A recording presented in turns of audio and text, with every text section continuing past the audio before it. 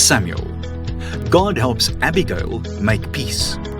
Live in harmony with one another. Do not be too proud to enjoy the company of ordinary people. And don't think you know it all. Romans 12, verse 16.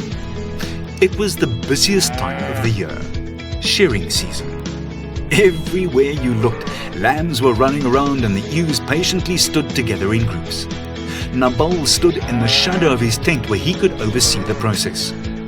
He was a rich man, 3,000 sheep and 1,000 goats, and workers as far as you could see. This would be a good year.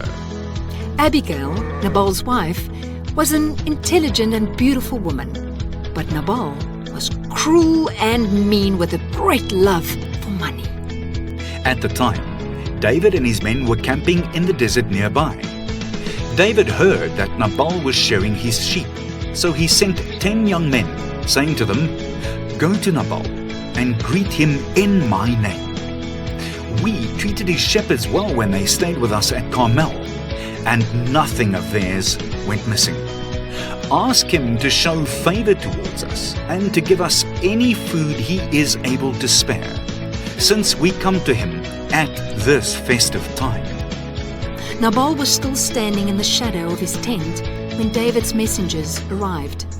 "Long life to you, Nabal. Good health to you and your household. Good health to all that is yours. We greet you in the name of David."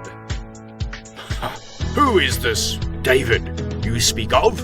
Nabal asked angrily. "Many servants run away from their masters these days. How am I to know if David is telling the truth?" Nabal looked at the field where all his sheep and goats were being sheared, and all the workers he still had to feed. He had more than enough to share, but Nabal was also cruel and selfish, and he was not about to lose his profit to strangers in the desert.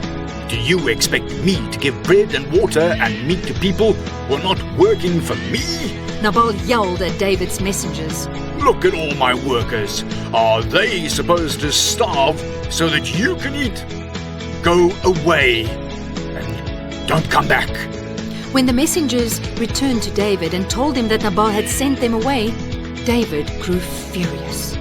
He said to his men, "Put on your swords. We took care of those shepherds and guarded them against thieves, and this is how Nabal repays our kindness. Surely we will bring disaster upon Nabal and his whole household." Meanwhile, one of the servants spoke to Abigail, Nabal's wife. "David sent messengers from the desert to give our master his greetings, but the master answered them with insults. David and his men were very good to us. They didn't mistreat us and they protected us all at the time when we were herding our sheep near them." The servant said, "Mistress, if we do nothing, disaster will hang over our master and his entire household." Abigail lost no time. She quickly took 200 loaves of bread, 2 skins of wine, 5 cooked sheep, roasted grain, dried figs, and raisin cakes, and loaded them on donkeys. She told her servants, "Quickly, go ahead to find David. I will follow you." Abigail got on her donkey and rode out to meet David. She did not tell her husband about any of this. When Abigail saw David, she quickly got over her donkey and bowed down before him. "My lord, please do not pay attention to that wicked man Nabal. His foolishness follows him. I did not see the messengers you sent to meet us, or I would have given you what you asked for.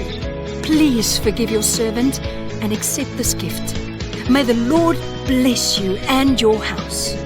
David immediately signaled his men to stop and answered Abigail, saying, "Praise God for sending you at the right time. I was about to kill your husband, but God has given you wisdom and good judgment. Go home in peace. I've heard your request and will not kill your husband or his household." God gave Abigail wisdom in a time of trouble. Her obedience to God saved the lives of her husband and his entire household. God helped Abigail to bring peace. From this story, we discover that God helps us to get along. He gives us wisdom and helps us to make peace with one another. Memorize. The Lord does not look at the things man looks at. Man looks at outward appearance, but the Lord looks at the heart. 1 Samuel 16, verse 7.